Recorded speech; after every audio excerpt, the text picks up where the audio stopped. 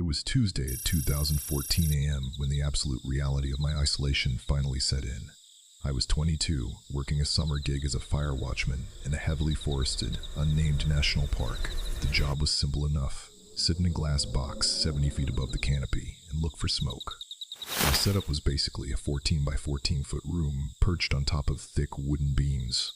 It had a wraparound catwalk outside, and the only way up was a steep, exposed wooden staircase that ended at a heavy trapdoor on the deck. I actually loved the solitude for the first few weeks. It was just me, a two-way radio, and the sharp, overwhelming smell of dry pine needles mixed with the stale, metallic iron scent of the ancient coffee maker I kept running all night.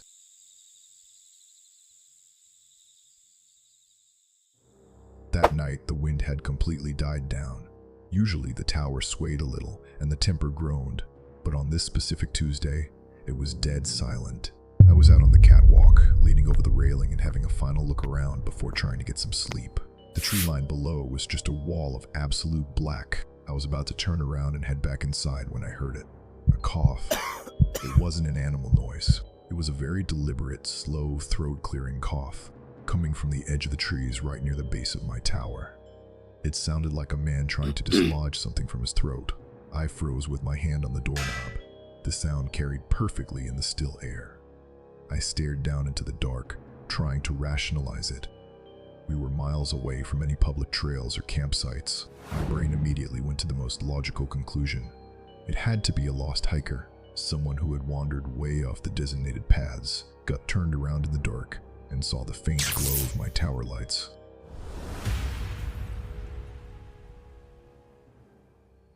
I called out asking if anyone was down there and if they needed help.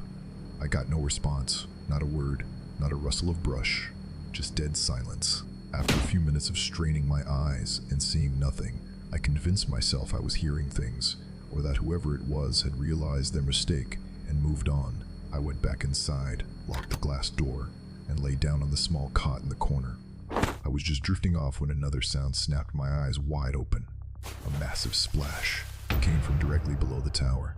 We had a massive industrial rainwater catch basin on the ground level, essentially a deep metal tank used for reserve water.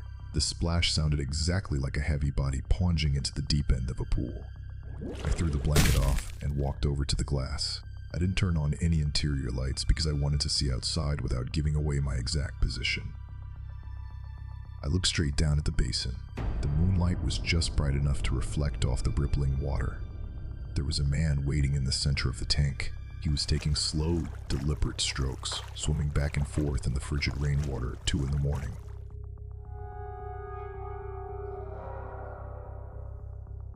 The rational part of my brain was short-circuiting.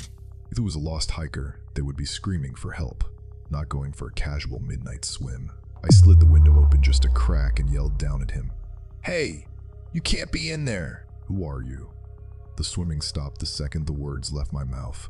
He didn't flinch. He didn't try to hide or scramble out in a panic. He just slowly stood up in the chest-deep water and tilted his head back to look at me. Even from 70 feet up, his body language was completely wrong. He was perfectly calm. He just stared at my window for a few seconds. Then, he grabbed the edge of the metal tank and hoisted himself out. He stood on the dirt for a moment, completely dripping wet. I expected him to run off into the trees. Instead, he turned and walked directly toward the base of the wooden stairs leading up to my catwalk. He wasn't running, he was marching. It was a purposeful, rhythmic stride, like he had done this 100 times before.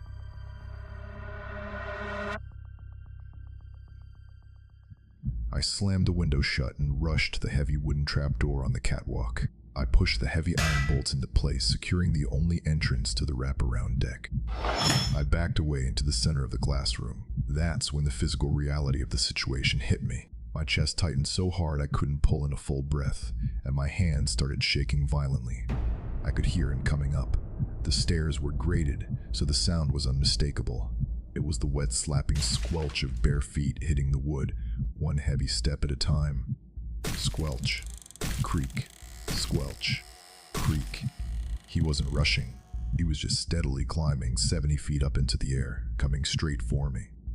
I grabbed my two-way radio from the desk and pressed the transmitter button to call the main ranger station. Static. I adjusted the dial and tried again. Just empty, dead air.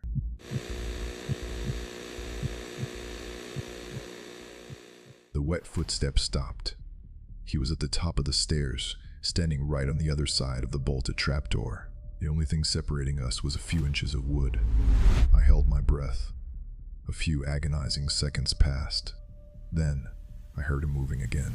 He had bypassed the trapdoor entirely, somehow pulling himself up and over the outer railing to get onto the catwalk. He walked around the perimeter of the tower until he was standing right in front of the locked glass door. I was standing in the center of the room, completely exposed.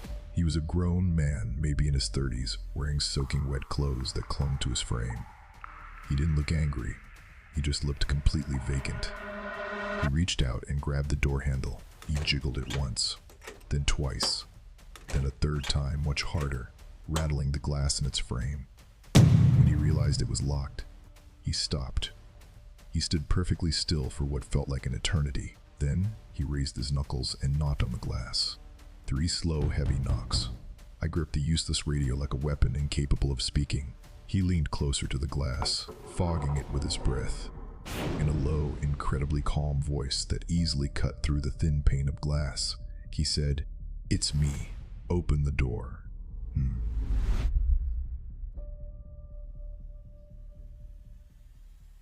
I didn't move a muscle. I didn't answer. I just stared at him, completely paralyzed.